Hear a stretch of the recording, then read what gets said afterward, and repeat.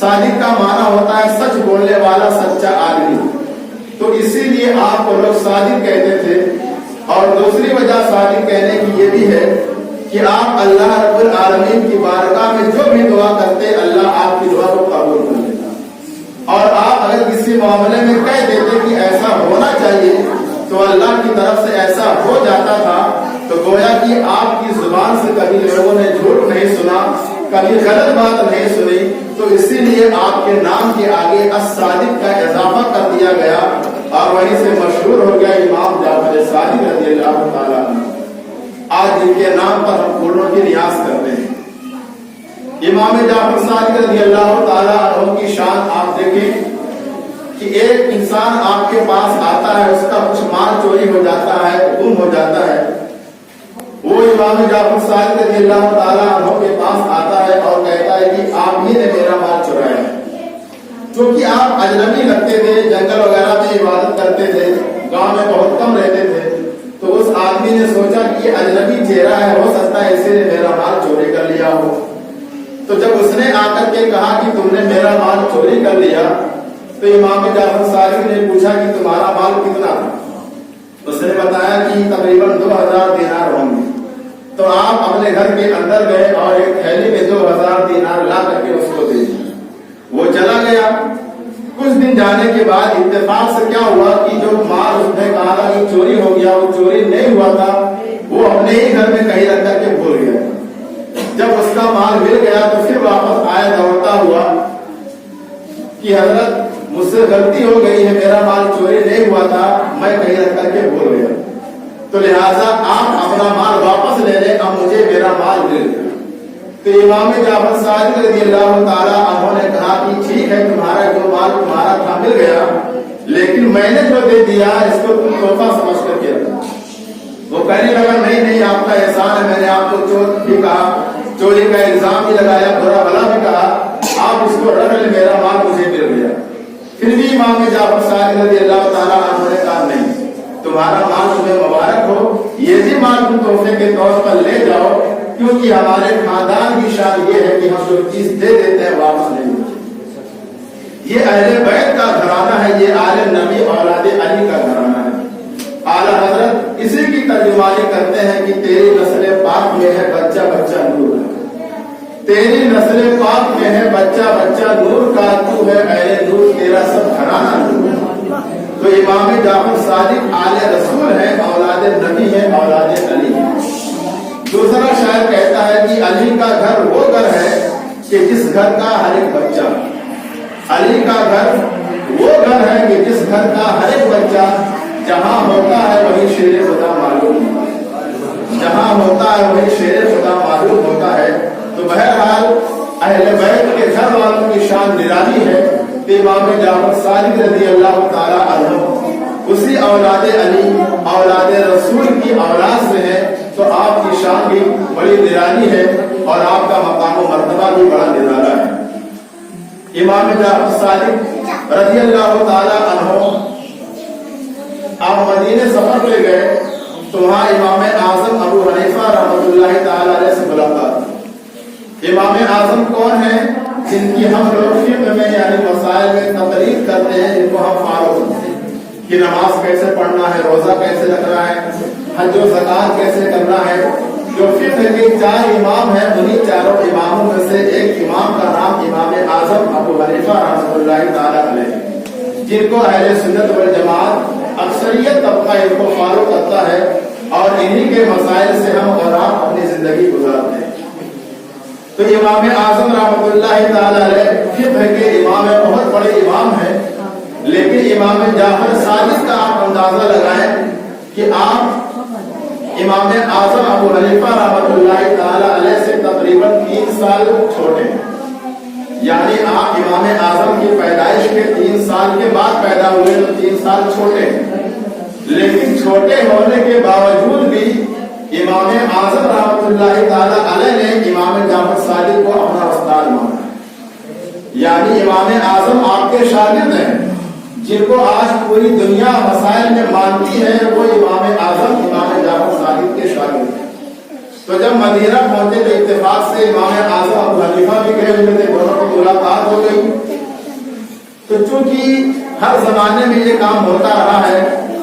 کہ ہر اللہ کے ولی ہو یا بزرگ محبوب ہو یا کوئی بھی ہو، تو ہر انسان کے چاہنے والے بھی ہوتے ہیں اور برائی کرنے والے بھی، یہ ہمیشہ سے رہا اور ہمیشہ رہے۔ تو امام اعظم رحمۃ اللہ تعالیٰ علیہ کے بھی کچھ لوگ چاہنے والے بھی تھے، کچھ لوگ برے بھی لوگ تھے۔ تو انہوں نے امام جعفر صادق سے ان کے حوالے سے کچھ الٹا سیدھا کہہ رکھا تھا۔ تو جب مدینے میں ملاقات ہوئی تو آپ نے دیکھ کر کے پہچان لیا اور کہا، اے نعمان بن ثابت، کیا تمہیں ہی لوگ نعمان بن ثابت کہتے ہیں؟ تو آپ نے کہا، میرا ہی نام نعمان بن ثابت ہے۔ کہا، کیا تم کوفہ کے رہنے والے ہو؟ کہا، ہاں میں کوفہ کا رہنے والا ہوں۔ کہا، تمہارے بارے میں نے یہ سنا ہے وہ سنا ہے، تو اس کا میں تسلی بخش جواب چاہتا ہوں تاکہ میں اطمینان ہو جاؤں، مجھے مطمئن ہو جاؤں۔ تو آپ دونوں میں بڑی دیر تک بات ہوئی، بہت لمبی بحث ہوئی۔ اس کے بعد جب آپ مطمئن ہو گئے تو امام جعفر صادق رضی اللہ تعالیٰ عنہ نے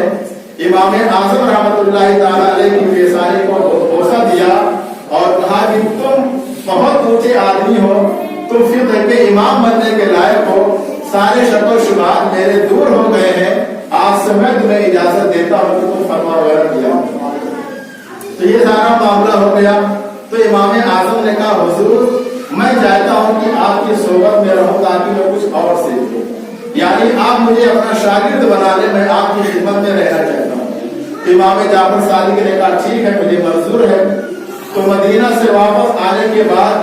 تقریباً 2 سال تک امام اعظم رحمۃ اللہ تعالیٰ علیہ امام جعفر صادق کے گھر نوکری کرتے رہے، ان کی خدمت گزاری کرتے رہے۔